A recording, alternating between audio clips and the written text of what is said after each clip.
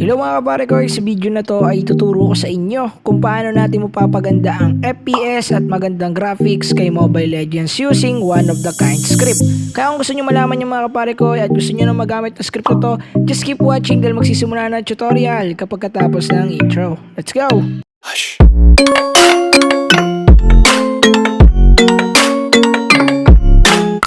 So yun na nga mga Kaparekoy, kagaya ng sinabi ko sa intro ay ituturo ko dito sa inyo kung paano natin ma-increase na 60 FPS ang ating mga Mobile Legends plays and mga Mobile Legends gameplay. So by the way mga Kaparekoy, consider pa rin natin yung mga processors, okay, yung mga processors at specs pa rin ang phone natin kung kaya nilang mag-support ng 60 FPS. Pero kasi guys, mga processor na hanggang 58, hanggang 59 or sometimes hindi talaga umaabot ng 50 pa yung kaya nilang i-support na frame rate, which is doon tayo magkakaproblema if gagamitin mo yung script. Maaaring mag-angat siya ng FPS, like pwedeng, halimbawa, kung ang takbo ng phone mo is nasa 50 FPS, pwede siyang umangat hanggang 58, 59, pero not sure kung aabot siya ng 60 kung hindi niya naman talaga support yung 60. That makes sense, diba? So, naiintindihan niyo naman mga Kaparekoy yung ibig ko sabihin. So, kung mababa talaga yung specs ng phone nyo, okay lang yun, at least madadagdagan siya ng FPS pa rin kasi yun yung nakaprogram dito sa script na to. At para sa mga magtatanong ng scripts ko saan kinuha, is ito naman yun guys sa isa nating content, which is yung how to be a early beta tester ng mga next update ng ating mga application. So kung gusto nyo mapanood yun, yung tutorial na yung mga Kaparekoy, recommend ko talagang panoodin nyo kasi doon tinuro ko kung paano maging isang malupit na beta test para sa mga next update ng mga online games, application at kung ano-ano pa. So ilalagay ko na lang yung link sa taas nun. Anyway, kaya ako nag-content ito kasi marami nag-request doon sa nauna nating content. So hindi pa rin tayo guys ML content creator. So Android tips and tricks din kasi to, kaya sinasama ko to. So baka kasi may mga magtaka dyan bakit nag-ship ako sa Mobile Legends. So ito po yung reason kasi marami nagre-request and Android tips and tricks pa rin siya. Anyway, simulan na natin yung tutorial. Unang-una mga Kaparekoy is i-download yung muna yung ating script, which is link in the description. At kung hindi nyo alam, i-download yung link natin or yung files natin, is nandyan din naman yung tutorial yung paano i-download. Click nyo lang din yan kasi napakabilis na naman i-download yung file natin. 8 seconds lang tapos nyo na siya i-download, okay? So pagkatapos nyo i-download at okay na kayo, dapat install nyo rin tong 𝗪𝗪𝗣𝗡𝗪 na madadownload nyo lang din, link in the description or kaya sa Play Store. Anyway, kapag click nyo or pag open nyo ng 𝗪𝗪𝗣𝗪 is kailangan nyo lang pumunta doon sa download path kung saan mapupunta yung ating game, which is dito sa download path ng ating mismong device memory. So ito yung mapupuntahan guys kapag download nya. So hanapin natin sa D kasi alphabetical order naman to. Click natin yung download, din hanapin nyo lang dito. So ang pangalan ng files natin guys is ML art folder ba yun? Nakalimutan ko. So yung pangalan ng ano natin guys is basta may ML, nakalimutan ko yung nilagay kong pangalan. Ito ML art folder 60 FPS by Kaparekoy TV and tips. So ito yung mismong folder or yung mismong script na gagamitin natin. Click lang natin yan, then punta tayo sa view. Pag nandito ka na sa view, click nyo lang yung folder, then i-click nyo lang tong copy. Itong art mismo, yung art folder, then just copy lang mga Kaparekoy.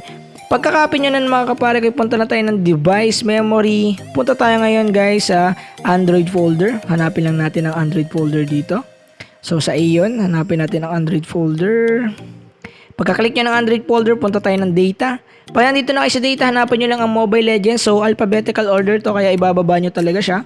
Hanapin nyo yung 𝗏𝗏𝗏𝗏 Legends. So nasa S tayo guys, angat pa tayo ng konti. Yan, nandito na. So show and see, nandito siya. Click nyo lang yan. Pagka-click nyo yan, punta kayo ng files. Punta kayo ng Dragon 2017. And dito, click nyo yung assets.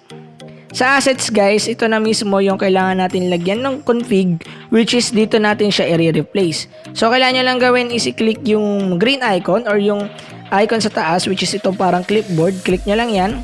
Then dito, mahihingi siya ng permission kung gusto mo siyang i-replace or what. So click natin yung replace, okay? Apply to all files, then replace.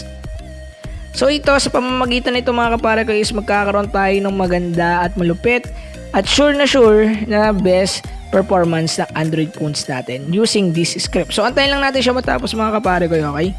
So medyo matagal-tagal siya mag-move. So ang gagawin ko na lang dito, yan, okay na. Okay na siya mga Kaparekoy, show and see naman. So pagka-click nyo nun, ganun lang siya gagawin.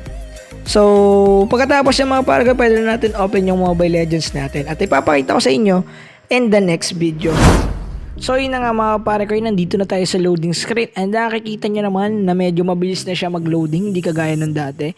So by the way guys, balik ML lang din ako at marami kasi nagre-request sa akin at 100% naman na gumagana itong mga Kaparekoy kasi nga ito yung magiging next update ni 𝗦𝗏𝗏, which is ayun yung optimization niya at recommend ko talaga mga Kaparekoy na inquire na lang po kayo sa pagiging isang beta test ni 𝗦𝗏𝗏, which is ayun nga yung tutorial ko at gaya ng sinabi ko doon is napakalupit at napakadaming update niya. So ngayon guys, para mapakita sa inyo na 100% safe at 100% legit yung ating tutorial, syempre maglalaro tayo ng isang game at papakita ko sa inyo yan ngayon mismo.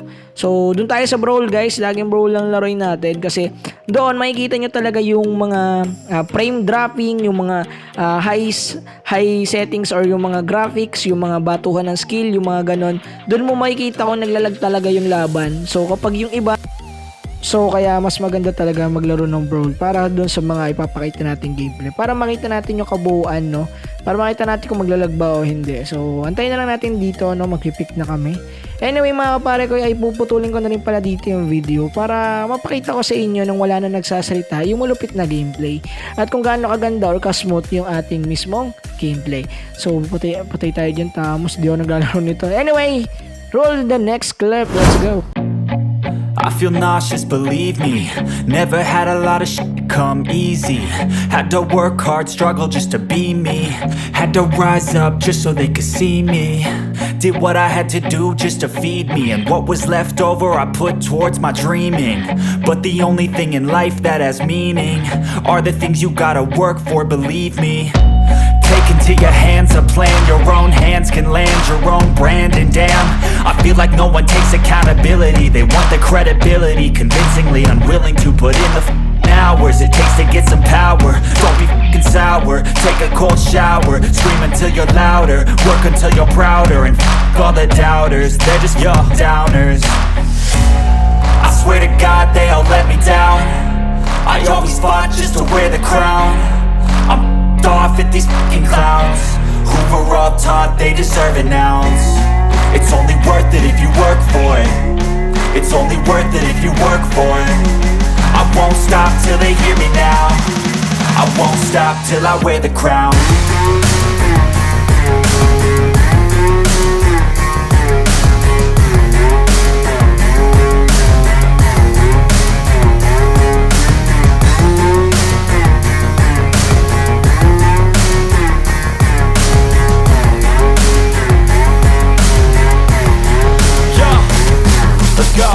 I'm just telling you to fight for your dreams, but it's not what it seems. Man, it's hard to be seen when everybody wants to be king. Yeah, they all wanna ring, yeah, we all wanna be free.